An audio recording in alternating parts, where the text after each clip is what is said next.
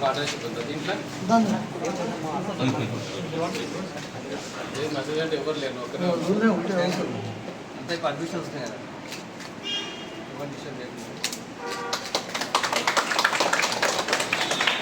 రెండు అసోసియేషన్ రెండు సరే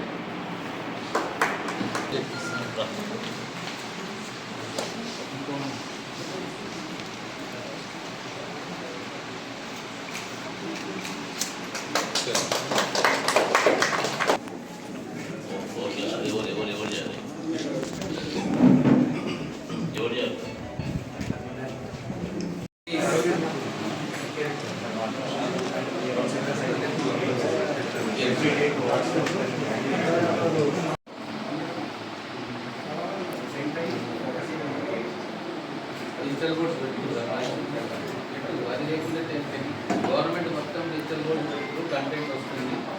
మీరు అప్గ్రేడ్ కాకుంటే మీరు పిల్లలుగా నేను 3 ఏళ్ళ నుంచి చెప్తున్నా దేశం దావత్ చేసుకుంటారు కాకపోతే తింటారు పోతారు. టెక్నాలజీ ఇద్దామంటే వస్తుంది. దావత్ 10 లక్షలు ఖర్చు పెడతాం. 1 లక్ష రూపాయలు పెట్టి 3 మంది పిల్లలకు మంచిది ఏంటంటే చేయాలి.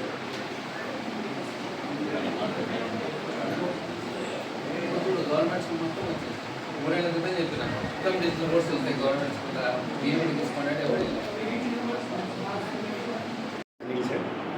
సో శాంతినికేతన్ ఈ సంవత్సరం ఈ రోజు మనం ఆరంభించాము. సో మా స్కూల్ యొక్క ప్రత్యేకత ఏంటంటే ముఖ్య ఉద్దేశం ఏంటంటే మన పిల్లలకు మన పట్టణంలో మన జిల్లాలోని పిల్లలకు మంచి నాణ్యమైన విద్య, తర్వాత ఎక్కువగా ఐఐటి, తర్వాత నీట్లో, సివిల్స్లో మంచి ఫౌండేషన్ ఇచ్చి చిన్నప్పటి నుంచి అంటే 6th 7th క్లాస్ నుంచే సరి అయిన ఫౌండేషన్ ఇవ్వాలి. తర్వాత విద్యతో పాటు ఈ కరోనా తర్వాత పిల్లల హెల్త్ ఎంతో దెబ్బతింటా ఉంది కనుక సరి అయిన ఆటలు లేకపోవడం. సో మన కరికులంలో ఎవ్రీడే 2 hours గేమ్స్ పెట్టినాం. 2 గంటలు పిల్లలు ఖచ్చితంగా ఆడుకోవాలి. ఆడుకుంటూ ఉంటే 2 గంటలు ఎవ్రీడే ఆడుతూ ఉంటే ఫిజికల్గా ఫిట్నెస్ వస్తారు, వాళ్ళ మానసిక ఉల్లాసం అవుతుంది. ఐఐటి అనేది స్ట్రెస్తో కూడిన విద్య కనుక దాన్ని తగ్గించలేదు. స్ట్రెస్ ఉంటుంది, ఏ విద్య ఉన్నత చదువు చదవాలన్నా దాంట్లో స్ట్రెస్ ఉంటుంది. ఆ స్ట్రెస్ని తట్టుకోవాలంటే పిల్లలలో 1 గంటలు మానసిక ఉల్లాసం కొరకు 2 గంటలు ఆడుతూ ఉంటాయి. లేదంటే కొంతమంది మంచి టాలెంట్ ఉంది, కీబోర్డ్ వాయించడం, పాటలు పాడడం, లేదంటే క్లాసికల్ డ్యాన్సెస్ నేర్చుకోవడం. సో ఇట్లా చదివి వాళ్ళకున్న స్ట్రెస్ని ఈ ఆటల్లో, డ్యాన్స్లో తమ సమయాన్ని వెచ్చిస్తే రిలాక్స్ అవుతారు, మెంటల్గా వాళ్ళు ఫిట్ అవుతారు, మెంటల్ ఫిట్నెస్ అవుతుంది.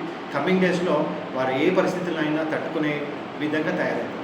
సో బీయింగ్ టీచర్గా లేదంటే ఒక స్కూల్లో మనం ఈ రోజుల్లో మనం తయారు చేసిన పిల్లల్ని ఏంటంటే మెంటల్గా స్టార్ట్ చేయాలి. పిల్లలు ఆడుతూ ఉంటే ఫిజికల్గా మెంటల్గా ఫిట్ అవుతారు. తర్వాత అట్ ద సేమ్ టైం వాళ్ళు అనుకున్న అనుకున్న గోల్స్, పేరెంట్స్ గోల్స్, మన సొసైటీ, మన మహబూబ్ నగర్ నుంచి మంచి ఐఐటి తయారు కావాలి. రీసెంట్గానే ఒక పాప ఆల్ ఇండియా 2nd ర్యాంక్ వచ్చింది. సో ఆ పాప మనకు రిలేటివ్ కాకుండా బీయింగ్ మన మహబూబ్ నగర్ పాప కనుక అందరం ఎక్సైట్ అవుతున్నాం. We feel happy. అది ఎప్పుడు విన్నా ఎవరమైనా ప్రతి ఒక్కరు హ్యాపీ అవుతారు. సో అట్లా ఇంకా మన పిల్లల్ని, మన మహబూబ్ నగర్ జిల్లా పిల్లల్ని ఇంకా ఐఐటీలో, నీట్స్లో, సివిల్స్లో ఇంకా ఉన్నత స్థాయిలో తీసుకురావాలన్నది మా ముఖ్య ఉద్దేశం. ఫీజుల విషయంలో ఎట్లా ఏం సార్, ఫీజు అనేది కార్పొరేటివ్ లాగా ఉండదు, అంత హై ఫీజెస్ ఉండదు, మోడరేట్గా ఉంటుంది. తర్వాత ఇంకా ఈ క్యాంపస్ పెద్ద క్యాంపస్ G+3 32 రూమ్స్ ఉంటాయి. దీంట్లో we're planning only for 200 people. ఎక్కువ స్ట్రెంత్ వచ్చింది కదా, ఎక్కువ తీసుకునే ఉద్దేశం లేదు. ఎందుకంటే 200 అటు ఇటు ఉంటే ప్రతి ఒక్కరిపైన శ్రద్ధ మనం కాన్సన్ట్రేట్ చేయగలుగుతాం. Every parent is expecting personal care. ఇప్పుడు మేము 400 మంది 500 మంది పిల్లలు తీసుకుంటే మేము మేనేజ్ చేయలేము. కనుక మా కాన్సెప్ట్ ఏంటంటే ఈవెన్ ఇప్పుడు కమింగ్ డేస్లో కూడా ఈ క్యాంపస్లో 200 కొద్దిగా అటు ఇటు ఉంటుంది. స్టాఫ్స్ క్వాలిఫికేషన్ యా అందరూ మినిమం ఒక 12 to 15 years ఆఫ్ ఎక్స్పీరియన్స్ ఉంటారు. Telugu madam GMS Gautam model స్కూల్లో వర్క్ చేసి మన మహబూబ్ నగర్ వాళ్ళే అక్కడ వర్క్ చేసి వాళ్ళకి ఎక్స్పీరియన్స్ వచ్చింది. ఇంకొక 25 principal and Hindi madam 25 years of experience, English madam 5 to 7 years of experience, mathematics నేను చెప్తాను ఇంకొక సార్ ఉన్నారు, తర్వాత ఫిజిక్స్ కూడా 15 years ఆఫ్ ఎక్స్పీరియన్స్. అందరూ well trained and well experience staff. అంటే ఇప్పుడు ఈచ్ క్లాస్లో ఎన్ని సెక్షన్స్ ఉంటాయి? Only one section. Only one section. Only one ఒక section. సెక్షన్లో స్టూడెంట్లు ఎంతమంది? 30 మెంబర్స్ మాత్రమే. సో హాస్టల్ ఫెసిలిటీస్ కూడా మీరు ఇక్కడ ప్రొవైడ్ చేస్తారు. ఉంటుంది. ప్రతి రూమ్లో 6 నుంచి 8 మంది పిల్లలకి మాత్రమే అకామిడేట్ చేయగలుగుతాం. ప్రతి క్లాస్ రూమ్ కూడా స్పేషియస్గా ఉంటుంది. క్లాస్ రూమ్ కానీ తర్వాత హాస్టల్ రూమ్స్ కానీ స్పేషియస్గా ఉంటాయి, నీట్గా ఉంటాయి.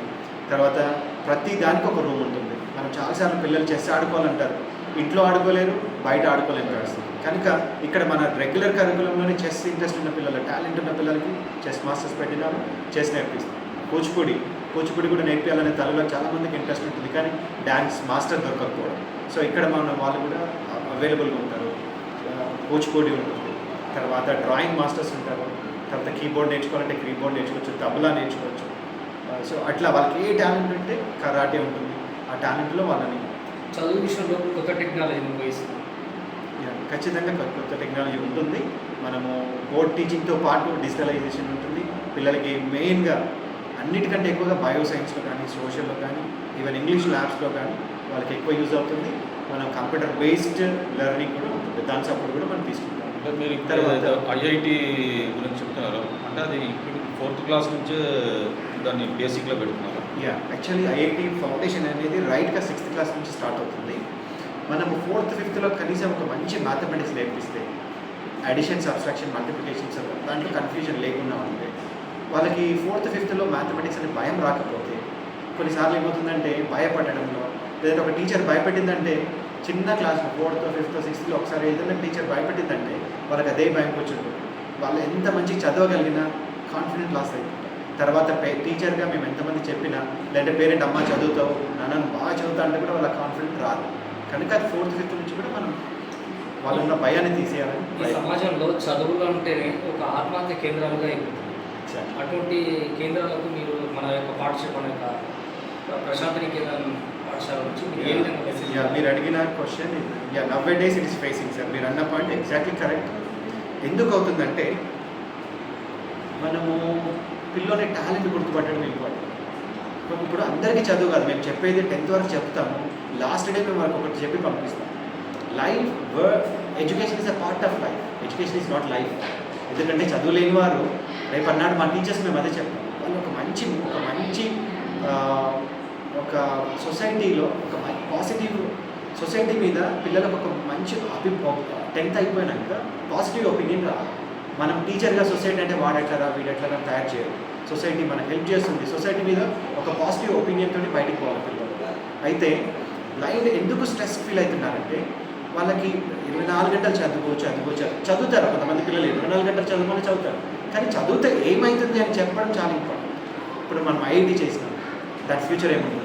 డాక్టర్ అయితే దాని ఫ్యూచర్ ఏముంటుంది? నువ్వు కలెక్టర్ కావాలనుకుంటావు, కలెక్టర్ కావాలనుకోవడం కంటే కలెక్టర్ అయితే ఏంటో మనం చూపించగలం.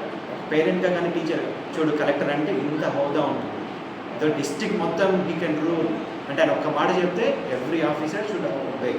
వాళ్ళు చూపించాం అనుకుంటే పిల్లలకు ఇన్స్పిరేషన్ వస్తుంది. ఎప్పుడైతే ఇన్స్పిరేషన్ వస్తుందో వాళ్ళకి చదవడం ఈజీ అవుతుంది. చాలాసార్లు బ్లైండ్ ఎడ్యుకేషన్ ఎందుకు బ్లైండ్ ఎడ్యుకేషన్ ఉంటాయి అంటే వాళ్ళు చదువుతున్న దాని ఉపయోగం పిల్లలు తెలియకపోవడాన్ని బ్లైండ్ ఎడ్యుకేషన్. మనం యాజ్ అ టీచర్గా మేము చదవమంటున్నామమ్మా, ఎందుకు చదవాలి, చదివితే ఏమవుతుంది, అది మేము చాలా టైం తీసుకొని అది నేర్పిస్తాం. ఉమ్మడి మహబూబ్ నగర్ ప్రజలకు, విద్యార్థులకు, ఉద్యోగులకు, కార్మికులకు, కర్షకులకు చివరిగా ఏం చెప్పదలుచుకున్నారు మన పాఠశాల నుంచి?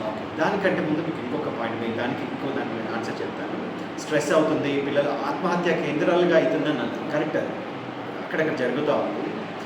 ఇప్పుడు I take one more time and I explain it. Stress ఉంటుంది. ఐఐటి అంటే ఖచ్చితంగా స్ట్రెస్ ఉంటుంది. మన పిల్లోడు బాగా చదవాలనుకుంటాం, స్ట్రెస్ ఉంటుంది. అయితే స్ట్రెస్ని తట్టుకోవడానికి, లేదంటే స్ట్రెస్గా ఫీల్ అయినప్పుడు దానికి రిలాక్స్డ్గా అయింది. పిల్లలకి ఏదైనా ఇంట్రెస్ట్ ఉంటుంది, ఒక టేస్ట్ ఉంటుంది. పిల్లల్ని 1 గంట సేపు ఆడిపించినాం అనుకోండి, స్ట్రెస్ అంతా పోతుంది.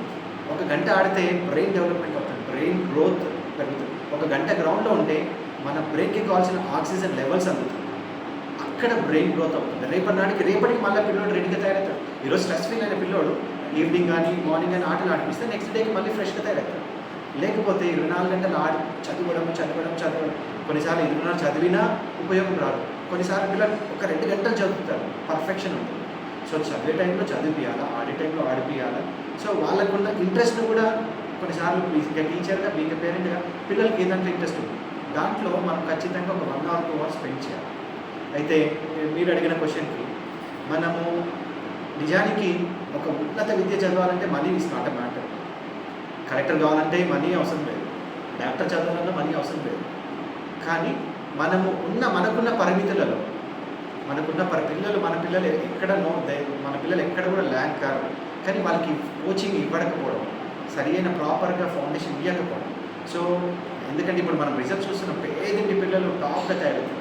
అటువంటి పిల్లల్ని వాళ్ళకి మంచి గైడ్ చేసి మోటివేట్ చేసి సరి అయిన మన పరిమితులలో మనకున్న ఫైనాన్షియల్ లిమిట్స్లోనే మనం మంచి నాణ్యమైన విద్య అందించగలిగితే డెఫినెట్గా ఇప్పటికే రీసెంట్గా ఒక 5 years నుంచి మనకు మహబూబ్నగర్లో కూడా మంచి ఐటీ ర్యాంక్స్ వస్తున్నాయి, మెడిసిన్స్ ర్యాంక్స్ వస్తున్నాయి. We are so. దానికి ఇంకా సపోర్టింగ్గా ఇప్పుడున్న జరుగుతున్న విద్యా విధానానికి సపోర్టింగ్గా మేము కూడా ఇంకా వర్క్ చేయాలి, మన పిల్లలకి హెల్ప్ చేయాలనే ఉద్దేశంతో మన స్కూల్ స్థాపన. అంటే ఇప్పుడు కార్పొరేట్ స్కూళ్ళలో ఏదంటే వాళ్ళకు 24 hours బట్టి కొట్టిస్తారు కార్పొరేట్ స్కూల్. సో మీ స్కూళ్ళలో అట్లాంటి పద్ధతి మీరేమన్నా దాన్ని తగ్గించి వాళ్ళకు సరైన అది కూడా మీరు అడిగిన క్వశ్చన్ కరెక్ట్. ఎస్, అందుకోసమే మనం పిల్లలకి 2 గంటల సమయం ఖచ్చితంగా పిల్లలతో ఆట ఆడిపిస్తాం. ఆటలు ఆడుతూ ఉంటే స్ట్రెస్ తగ్గుతుంది. కరోనా తర్వాత హెల్త్ ఇష్యూస్ మనం చూస్తున్నాము. పెద్దలు చిన్నలు కూడా ఫుడ్ హ్యాబిట్స్ సరిగ్గా ఉండకపోవడం. మన దగ్గర అంటే చదువుతో పాటు ఫుడ్ హ్యాబిట్స్ కూడా నేర్పిస్తున్నాం. మన క్యాంపస్లో ఎక్కడ చాక్లెట్స్ కానీ ఈ ఫ్రూట్స్ ఆర్టిఫిషియల్ ఫుడ్ కానీ ఫాస్ట్ ఫుడ్స్ ఎక్కడ అలవచ్చు. దాని బదులు మినిమం మేము పేరెంట్కి కనీసం ఏం లేకపోతే ఒక బనానా తెచ్చుకోమని చెప్తాం. బనానా మన స్టమక్కి, డైజెస్టివ్ సిస్టమ్కి ఎంతో హెల్ప్ చేస్తుంది. సో పిల్లలకి మోటివేట్ చేస్తూ ఈవెన్ పేరెంట్స్ కూడా మేము మోటివేట్ చేస్తాం హెల్త్ విషయం. Thank you very much.